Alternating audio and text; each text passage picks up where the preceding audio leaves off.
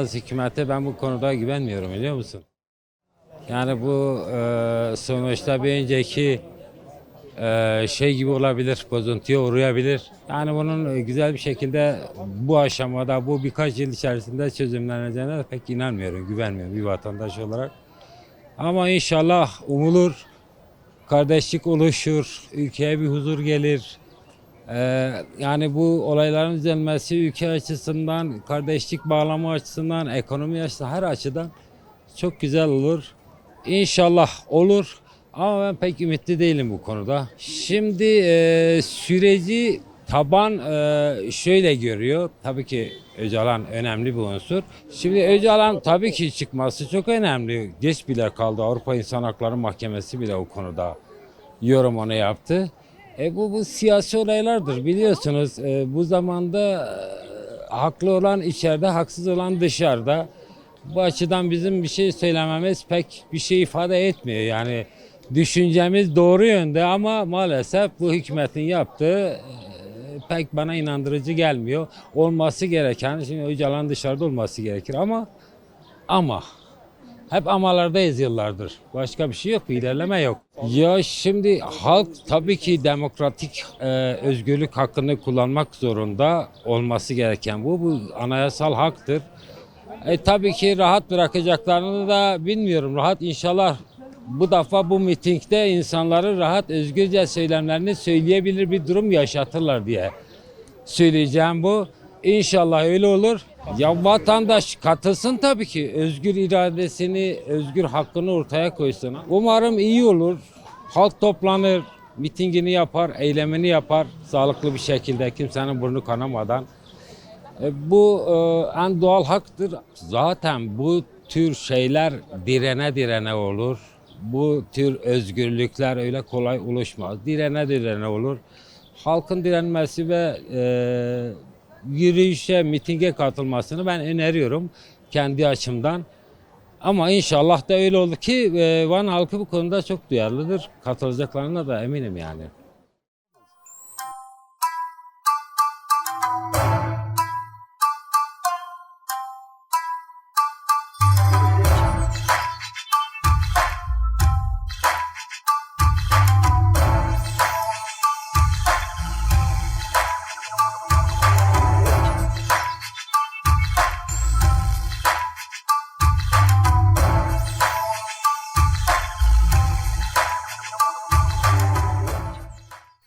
Tabii yılların bir birikimi var.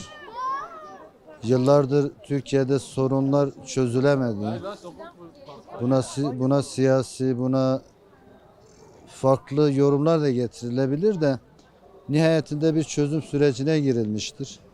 Bu çözüm sürecinde de elbette ki bazı fedakarlıklar da olmak zorundadır. Bir şekilde bölgesel, daha doğrusu bölge dışı, uluslararası bir fayda sağlar diye düşünüyorum.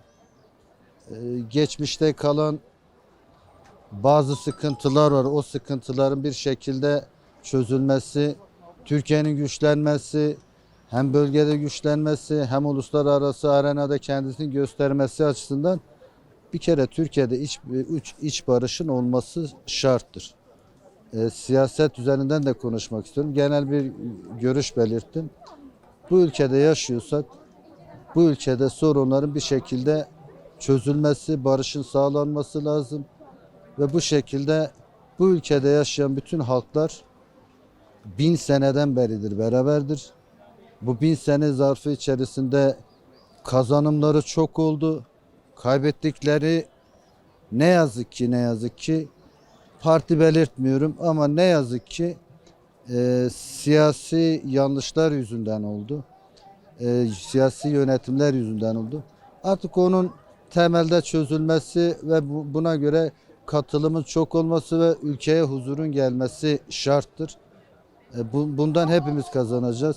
Umarım barış olur, umarım huzur olur, umarım Türkiye güçlenir, halklarıyla beraber güçlenir ve umarım bu kardeşlik etle tırnak olmuş, bu kardeşlik ilelebet devam eder ve bu ülke dünyadaki gerçek hak ettiği yerini de bulur diye düşünüyorum. Elbette şu anda muhatap olduğu için de gerçek muhatap şu anda o.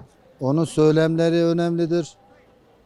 Onun söylemlerinin hem yurt içinde hem yurt dışında benimsenmesi lazım ki siyasi anlamda da onunla aynı ideoloji, aynı görüşe sahip insan ve partilerin ve oluşumların da ona tam destek olması lazım ki şu anda muhatap bellidir ve o muhatabın da fikirleri bellidir.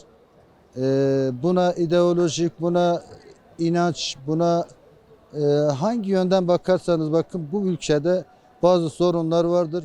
Halkların sorunları vardır. Muhatap kim olursa olsun bu sorunu çözülmesi lazım diye düşünüyorum. Barış için her mitinge herkesin katılması lazım. Bu ülkede huzur olacaksa herkesin de barışa bir katkı sağlaması lazım diye düşünüyorum. Barış için herkesin elini taşın altına koyması gerekir diye düşünüyorum.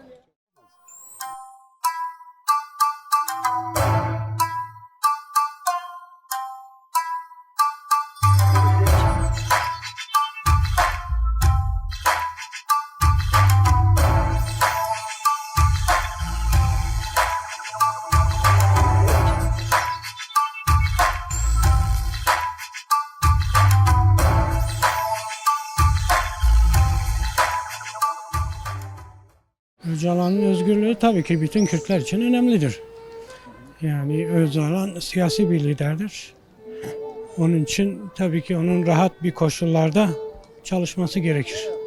Öcalan'ın özgürlüğü süreç için değil. Yani Öcalan'ın özgürlüğü her zaman önemli. Özgürlüğü sürekli önemli. Yani Öcalan bir siyasi liderdir. Orada rehin tutulmuştur. Benim fikrim bu. Vallahi herkes duyarlı olması lazım. Yani duyarlı olan her kesi gitmesi gerekir. Bizim tarafımıza düşen herkes barışa destek vermeli. Ama görünen o ki hükümet bu tarafa pek fazla yanaşmıyor. Gördüğüm o.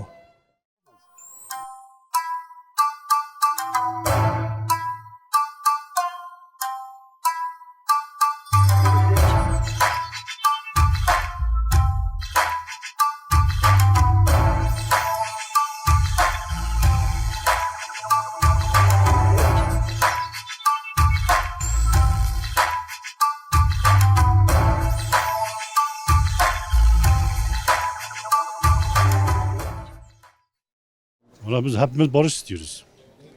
Herkes için, her şey için barış. Hani barışmazsan bu kardeş kardeşi vurduktan sonra hiçbir anlamı yok.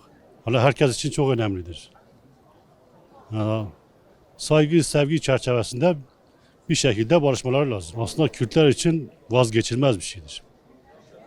Yani bir büyüğümüz olsun, mesela bir başkanımız olsun, bir liderimiz olmalıdır Kürtler için. Ben taraftarım yani, mitinge katılmaları taraftarım. Mesela Türklerin hakları nasıl korunuyorsa Kürtlerin de hakları bu şekilde korunmalıdır. Valla bir Nevruz gibi kutlamaları lazım.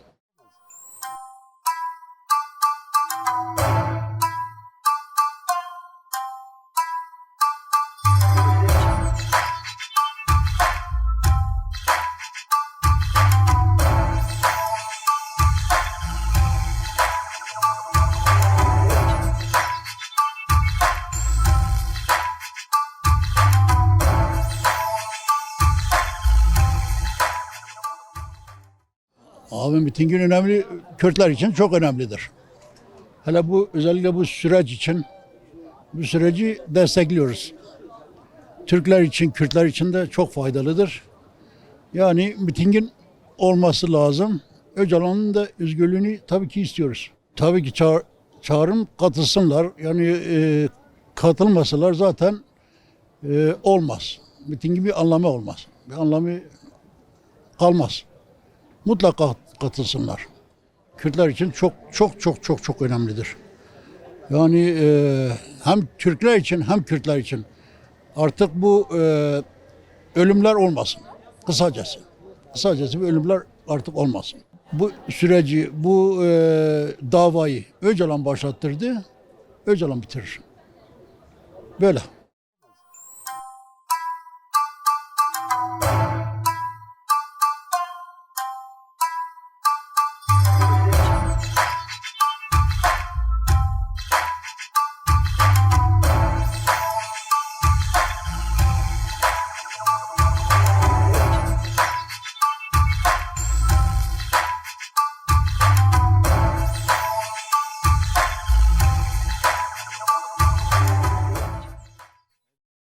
çok iyi görüyorum. İnşallah hayırlara vesile olur. Eğer mitinge gidecekse barış için ya da başka şey için güzel bir şekilde gidilmesini isterim. Çünkü mitingler olduğu zaman halkın bir sesidir. Biz kendi sesimizi duyurmak için oraya gitmemiz lazım ve yukarıdakilere bırakmamız lazım. Gerçekten çok önemli. Ya nasıl söyleyeyim size, Öcalan'ın bu siyasete ya da özgür olması için bizim Doğu halkını kurtuluşu demektir. Herkes güzel bir şekilde adabıyla, kanunlara uygun şekilde gitse daha iyi olur. O zaman sesimizi tam olarak beyan etmiş oluruz.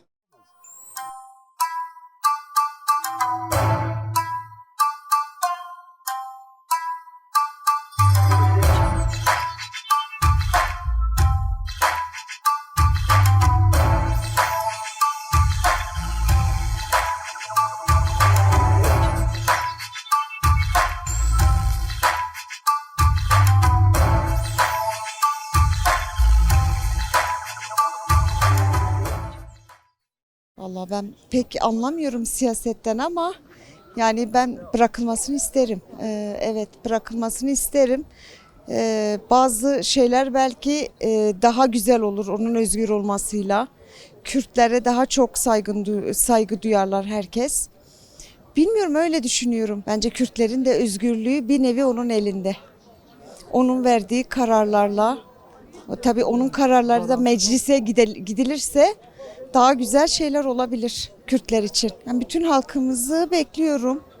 Umarım ben de orada olurum inşallah. Hani herkes gelsin. Herkes özgürlük için orada olsun.